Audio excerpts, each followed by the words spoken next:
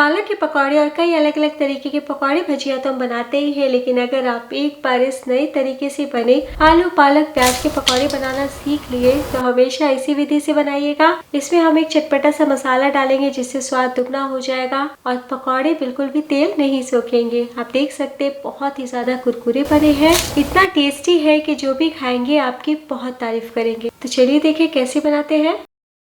इस टेस्टी कुरकुरे पकौड़े को बनाने के लिए सबसे पहले बाउल में डालिए बारीक कटी 1 कप पालक, ग्राम में 50 ग्राम।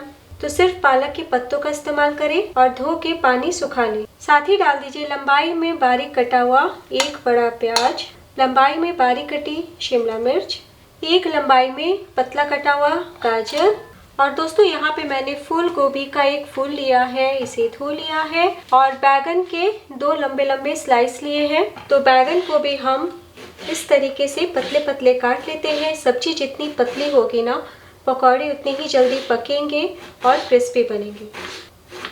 और वैसे ही गोभी को रफली काट लीजिए। तो जो सब्जी आपको नहीं पसंद या फिर घर में नहीं अवेलेबल है उसे स्किप कर दीजिए। आप इसमें बंद गोभी भी डाल सकते हैं। बाउल में डाल दें बैगन, फूल गोभी और 1 बड़े साइज के लंबाई में पतले कटे हुए आलू। जब आपको पकौड़े बनाने हो तभी पानी से अलग कीजिए, ऐसे आलू काले नहीं पड़ते हैं। और अब हम इसमें डालेंगे थोड़ा सा नमक और एक बार अच्छे से मिला लेते हैं। ऐसे करने से सब्जियां एक तो काली नहीं पड़ेंगी और सब्जी से पानी भी अलग होगा। और साथ में ही डाल दीजिए 1 टेबलस्पून नींबू का रस। ऐसे पकौड़े चटपटे भी बनेंगे और हर सब्जियों का रंग बरकरार रहेगा। फिर से मिला लीजिए। तो अभी आपको सब्जियां बहुत दिख रही होंगी, लेकिन जब हम बेसन में मिक्स करेंगे ना तो काफ़ी कम हो जाएगा। अब इसे 2 मिनट के लिए साइड रखिए, तब तक हम पकौड़ों का मसाला बना लेते हैं। चटनी जार में डालिए साबुत धनिया 1 टेबलस्पून, 1 छोटी चम्मच जीरा, आधा छोटी चम्मच सौंफ, 10 से 12 साबुत काली मिर्च, 1 सूखी लाल मिर्च, 2 चुटकी हींग। बिना पानी डाले पल्स मोड पे पीस ले। दरदरा पीस जाने के बाद अब इसी में डाल दीजिए 2 इंच अदरक। तो हलवाई पकौड़ों के लिए इसी तरीके से मसाले बनाते हैं, इसलिए बहुत टेस्टी बनता है। 2 हरी मिर्च, मिर्ची अगर ज़्यादा खाते हैं तो 4 भी डाल सकते हैं। 8 से 10 लहसुन की कलियाँ। फिर से पीस ले। तो कुछ सेकंड में ही पीस गया है। तो अगर आप ज़्यादा मात्रा में पकौड़े बना रहे हैं तो इस तरीके से मसाले बना के पहले से ही रख सकते हैं, तब और भी ज़्यादा झटपट बन जाएगा पकौड़ा। इधर 2 मिनट भी हो चुका है और आप देखिए सब्जियों से कितना सारा पानी अलग हुआ है। और अब हम इसमें बाकी की चीज़ डाल देते हैं। तो पहले 3/4 कप बेसन डालिए, फिर जब ज़रूरत पड़ेगा तो हम और डालेंगे। और बेसन बारीक वाला ही इस्तेमाल करें। पकौड़े कुरकुरे बने इसलिए 2 चम्मच चावल का आटा भी डाल दें। अगर चावल का आटा नहीं है तो आप बारीक वाली सूजी भी डाल सकते हैं। 1/4 टीस्पून अजवाइन, ½ टीस्पून गरम मसाला पाउडर, रंगत देने के लिए कश्मीरी लाल मिर्च पाउडर ½ टीस्पून। आप स्किप कर सकते हैं। साथ ही डाल दीजिए 1 टीस्पून कसूरी मेथी, 2 चम्मच धनिया पत्ती और ये जो हमने मसाले का पेस्ट तैयार किया है इसे भी डाल दें। 1/4 टीस्पून हल्दी पाउडर, नमक और नींबू का रस हमने पहले ही डाल दिया है। अब सारे चीज़ों को अपने हाथों से अच्छे से मिक्स कर लीजिए। अभी आपको बिल्कुल भी पानी नहीं डालना है और हम इस तरीके से हाथों से मैश कर लेंगे ताकि प्याज के लच्छे अलग हो जाए और सब्जी पालक सॉफ्ट हो जाए। और मैश करने से ना सारे मसाले बहुत ही अच्छे से मिल जाएंगे और जितना पानी अलग होना है ना वो अभी अलग हो जाएगा। मिलाने के बाद थोड़े और बेसन की ज़रूरत है हमें, इसलिए पूरा मैंने 1 कप डाल दिया है, यानी कि 120 ग्राम बेसन। तो आलू पालक प्याज के पकौड़े में अगर 1-2 सब्जी और मिला करके बनाइएगा तो और भी ज़्यादा टेस्टी हो जाएंगे। और जैसे मैंने कहा कि आप इसमें जो इच्छा ना हो वो सब्जी स्किप कर सकते हैं। और अगर आप लहसुन प्याज नहीं खाते तब भी आप स्किप करके बना सकते हैं। ध्यान देने वाली बात, नमक आपको हल्का ही डालना है क्योंकि हम कोई भी पकौड़े सॉस चटनी के साथ खाते हैं और ऊपर से चाट मसाला भी स्प्रिंकल करते हैं। तो देखिए बहुत ही अच्छे से मिक्स हो चुका है और जब आप इस तरीके से करेंगे तो डो की तरह ये चिपचिपा सा हो गया है। और अब हम 5 मिनट के रेस्ट पे रखेंगे ताकि बेसन चावल का आटा पानी सोख कर ले। तब तक लो फ्लेम पे हम ऑयल को गर्म होने के लिए रखते हैं। 5 मिनट हो चुका है। अब आखिर में डाल दीजिए 1/4 टीस्पून बेकिंग सोडा सोडा डालने से पकौड़े बहुत ही सॉफ्ट बनेंगे। फिर से मिला लीजिए। तो आप देख सकते हैं कि कितना अच्छा रंग दिख रहा है पकौड़ों का। तो आप ही नींबू नमक शुरू में डाल के छोड़ दीजिएगा सब्जियों को। तो इस वेजिटेबल पकौड़े के बैटर को बनाने में मैंने जरा भी पानी का इस्तेमाल नहीं किया है।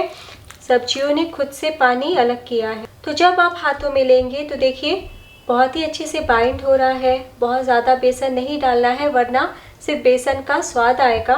तेल में हम पकौड़े को इस तरीके से गोल करते हुए नहीं डालेंगे, ऐसे पकौड़े कुरकुरे नहीं बनते हैं। सारी सब्जियां पके इसलिए हम ऐसे फैलाते हुए तेल में डालेंगे। पकौड़े बनाने से पहले हाथों को जरूर पानी से भिगो लें, यानी कि साफ कर लीजिए ताकि बिल्कुल भी हाथों में ना चिपके पकौड़े का बैटर। तलने के लिए यहाँ पे मैंने कुकिंग ऑयल लिया है। तेल गर्म हो चुका है और आपको बिल्कुल भी ये नहीं देखना है कि पकौड़े में शेप आ रहा है कि नहीं।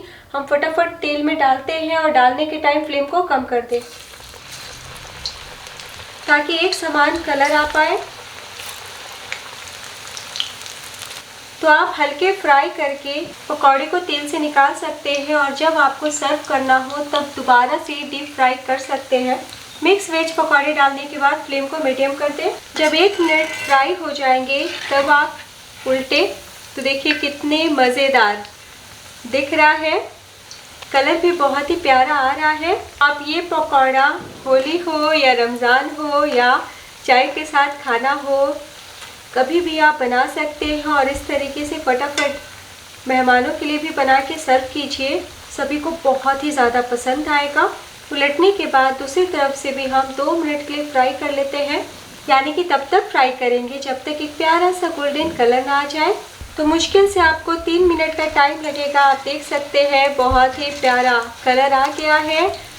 ऑयल से निकालने और फ्राई होने के बाद भी सब्जियों का कलर सारा निखर के आ रहा है और बहुत ही अच्छी खुशबू आ रही है।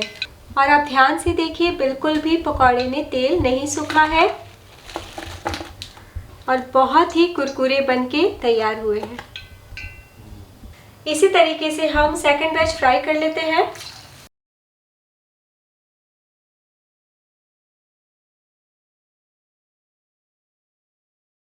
तो देखिए सेकंड बैच भी फ्राई हो चुके हैं। बहुत ही कुरकुरे मज़ेदार पकौड़े बने हैं। जब आप इसे ऑयल से निकालिएगा ना तो थोड़े से आपको सॉफ्ट लगेंगे, लेकिन कुछ सेकंड के बाद ही बहुत ही ज़्यादा कुरकुरे हो जाएंगे। तो देखिए जिस तरीके से शेप होल्ड किया हुआ है पता चल रहा होगा कि कितने कुरकुरे हैं। तो लीजिए तीसरा बैच भी तैयार है। तो थाली भर के ढेर सारे कुरकुरे मज़ेदार पकौड़े बनके तैयार हैं। तो मैंने पहले भी अलग अलग तरीके के पकौड़े की रेसिपी दी है, तो इसे भी आप ज़रूर बनाएं। अगर इस तरीके से बनाएंगे तो आपकी बहुत तारीफ होगी। मैं सर्व करती हूँ। मैं आपको नज़दीक से दिखा देती हूँ। देखिए सारे पकौड़े बहुत ही अच्छे बने हैं और कुरकुरे भी हैं।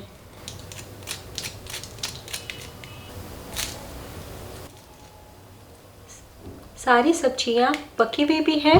आप एक बार ज़रूर बनाएं। देखिए अब पकौड़ों का स्वाद दोगुना बढ़ाने के लिए ऊपर से सर्व करने से पहले चाट मसाला जरूर स्प्रिंकल करें, टेस्ट और भी बढ़ जाएगा। तो मैंने यहाँ पे टमाटो केचप के साथ सर्व किया है। तो दोस्तों वीडियो जरा भी पसंद आई हो तो लाइक कीजिए, कमेंट कीजिए। अभी तक आपने घर का जायका चैनल को सब्सक्राइब नहीं किया तो सब्सक्राइब करके सपोर्ट कीजिए ताकि मैं इसी तरीके से अच्छी आसान वीडियो आप तक पहुँचाती रहूँ। कुरकुरे पकौड़े को गर्मा गर्म इंजॉय करें।